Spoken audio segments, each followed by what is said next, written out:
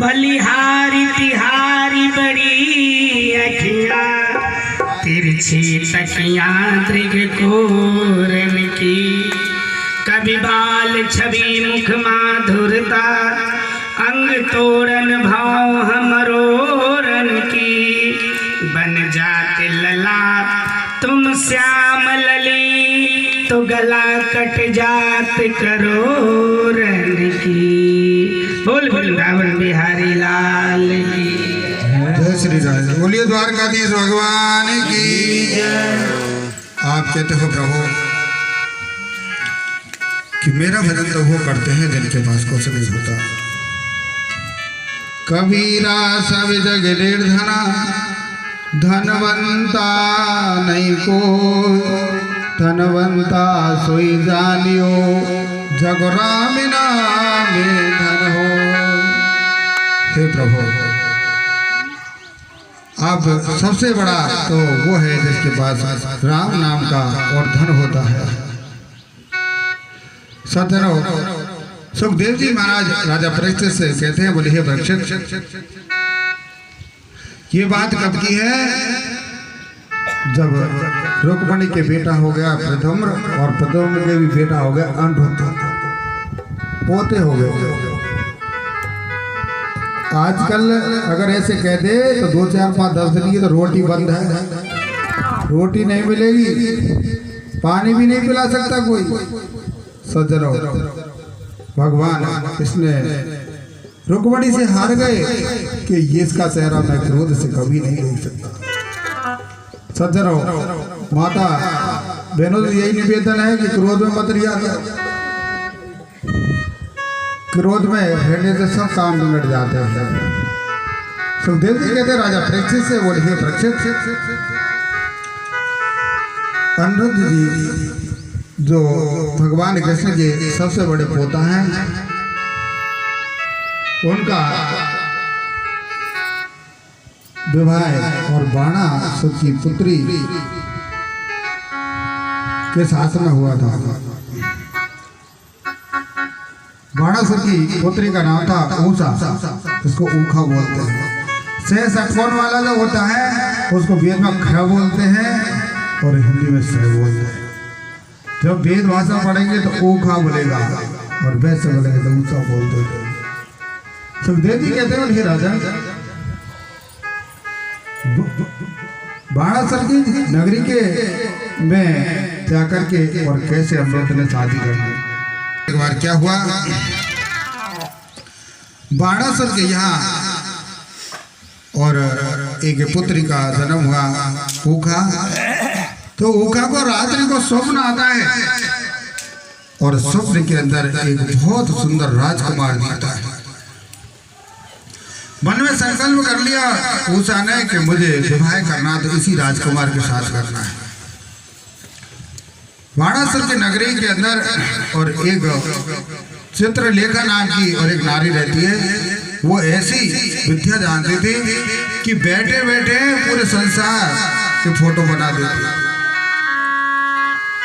चित्रलेखा से जाकर के और ऊषा ने कहा कि मैंने रात्रि को स्वप्न देखा है और मैंने एक बहुत सुंदर राजकुमार देखा, मैं उसके साथ में विवाह करना चाहती हूँ। चित्रलेखा ने और चित्र बनाना प्रारंभ किया। बाणासुर की नगरी से चित्र बनाना प्रारंभ किया और बनाते बनाते बनाते बनाते सब दुनिया का बना दिया। और ऊषा से जिसकी पूछे उसकी मना कर दे, ये भी नहीं है, ये भी नहीं है। द्वारकापुरी में पहुंच गई चित्रलेखा। चित्र बनाती बनाती बाणासुर की नगरी में बैठे बैठे द्वारकापुरी का चित्र बना दिया। सज्जनों, उसमें जब भगवान कृष्ण का चित्र बनाया तो कहने लगी बस इससे ही मिलता जुलता है। क्या आप जानो कि बेटा नाती पोते जब होते हैं तो कुछ न कुछ शकल दादा बाबाओं से मिलती है। देखा होगा, पहचान जाते हैं कि तो फलाने का बेटा है कि ऐसा ही लग रहा है। सज्जनों, प्रद्युम्न का जब नंबर आया भगवान कृष्ण का जो सबसे बड़ा बेटा है तो चित्रलेखा कहने लगी बस इससे और भी ज्यादा मिल रहा है। अनिरुद्ध का नंबर आया कि बस यही रोक दो, आगे मत बढ़ो। अब चिंता ये बात की हो गई कि शादी कैसे हो अनिरुद्ध से, वो द्वारका भीष का नाती और बाणासुर। सज्जनों, चित्रलेखा कहने लगी चिंता मत करो, ऐसी माया जानती चित्रलेखा तो रात्रि को गई द्वारकापुरी में और अनिरुद्ध को उठा करके सोते हुए को ला करके बाणासुर के महलों में रख दिया। सुखदेव जी कहते राजा परीक्षित से, बोले हे परीक्षित, समय निकलता गया, बहुत दिन हो गए, तो बाणासुर को इस बात का पता लग जाता है। किसी द्वारपाल ने आकर के कह दिया, आप जानो कि लगाने इधर उधर वाले तो सब जगह ही मिलते, पहले भी थे और आज भी। छोटी सी बात मिली चाहिए और उसका पहाड़ बना के और फैला देते जगत में। छोटी सी पता नहीं कहाँ से हवा लगी और वो चलती चलती बाणासुर के वहां पहुंच गए। बाणासुर का क्रोध आया कि ऐसा किसकी हिम्मत है जो हमारे महलों में आ गया। बाणासुर जाता है, जैसे ही अंदर गया तो अनिरुद्ध और ऊषा को पकड़ लिया, बांध दिया अनिरुद्ध को। नारद जी ने विचार किया कि ये नीचे क्या हो रहा है। नारद जी ने जाकर के और भगवान कृष्ण सुधर्मा सभा में मस्त हैं, जाकर के पहले नारद ने व्यवस्थाएं देखी कि देखी तो सही 16,108 रानियां हैं, एक एक रानी के 9-9, 10-10 पुत्र हो गए और 99 लाख जनसंख्या हो गई। अब पूरी दुनिया की है जो एक ही कृष्ण की हो गई। व्यवस्था देख करके और भगवान कृष्ण से कहने लगे, वैसे ठीक हो? ठीक है, पता है ये इतने पुत्र पैदा कर दिए कि कहाँ कहाँ डोल रहे हैं। बोल सब इस द्वारकापुरी में आनंद कर रहे हैं। बोल द्वारकापुरी में तुम्हारे पास नहीं है कोई गिनती। तुम्हारा जो एक बड़ा बड़ा नाती है वो बाणासुर ने बांध रखा है बाणासुर नगरी में। सज्जनों, जब इस बात को बोला तो भगवान कृष्ण रथ लेकर के और युद्ध के लिए और बाणासुर की नगरी को चले। इधर बाणासुर भगवान शंकर का भक्त था और वरदान प्राप्त कर रखा था भगवान शंकर से कि तुम रात को मेरे इस महलों के चारों तरफ और द्वारपाल बन के रहो। सज्जनों, अब आप जानो कि जब युद्ध लड़ने वाला आएगा तो पहले द्वारपाल से ही खटकाएगा। भगवान कृष्ण और शंकर भगवान और भयंकर युद्ध होता है। सज्जनों, उसके बाद में भगवान शंकर को और हार माननी पड़ती है।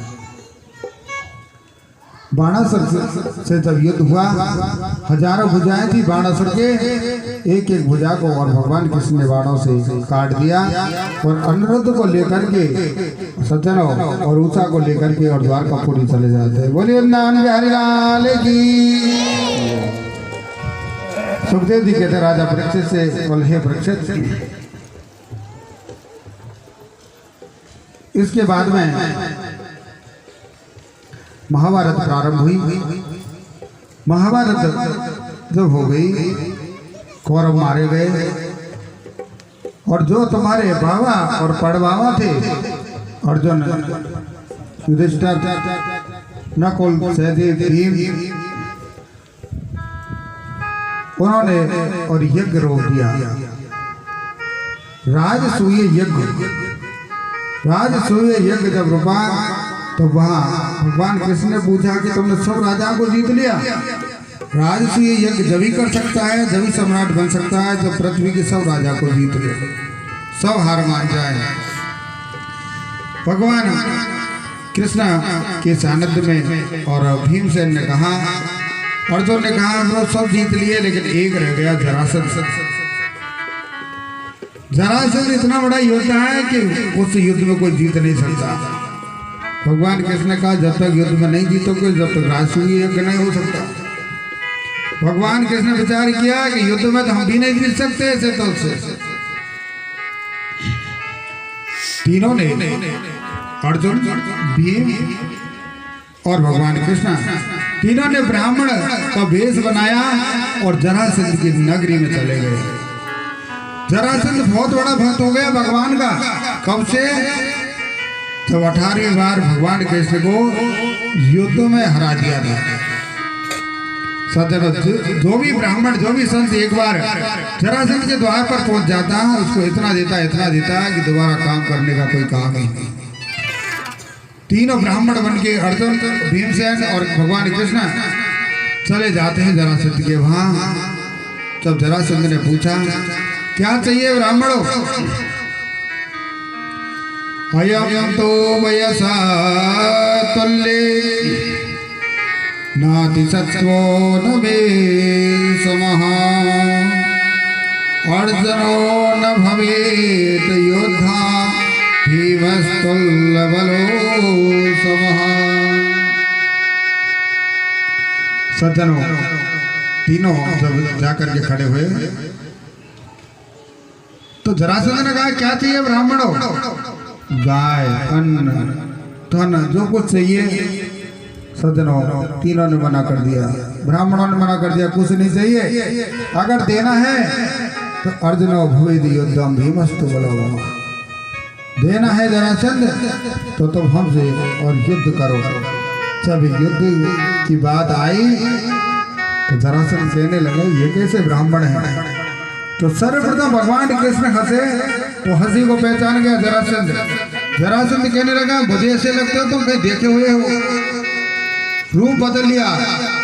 भगवान कृष्ण से कहने लगे जरासंध कि हे कृष्ण, तुझसे मैं युद्ध नहीं लड़ सकता। बोल क्यों? इसलिए कि मैं जिसको एक बार हरा देता हूँ वो मेरे लायक योद्धा नहीं, उससे युद्ध नहीं करता हूँ। भगवान कृष्ण 2 हाथ नीचे हट गए।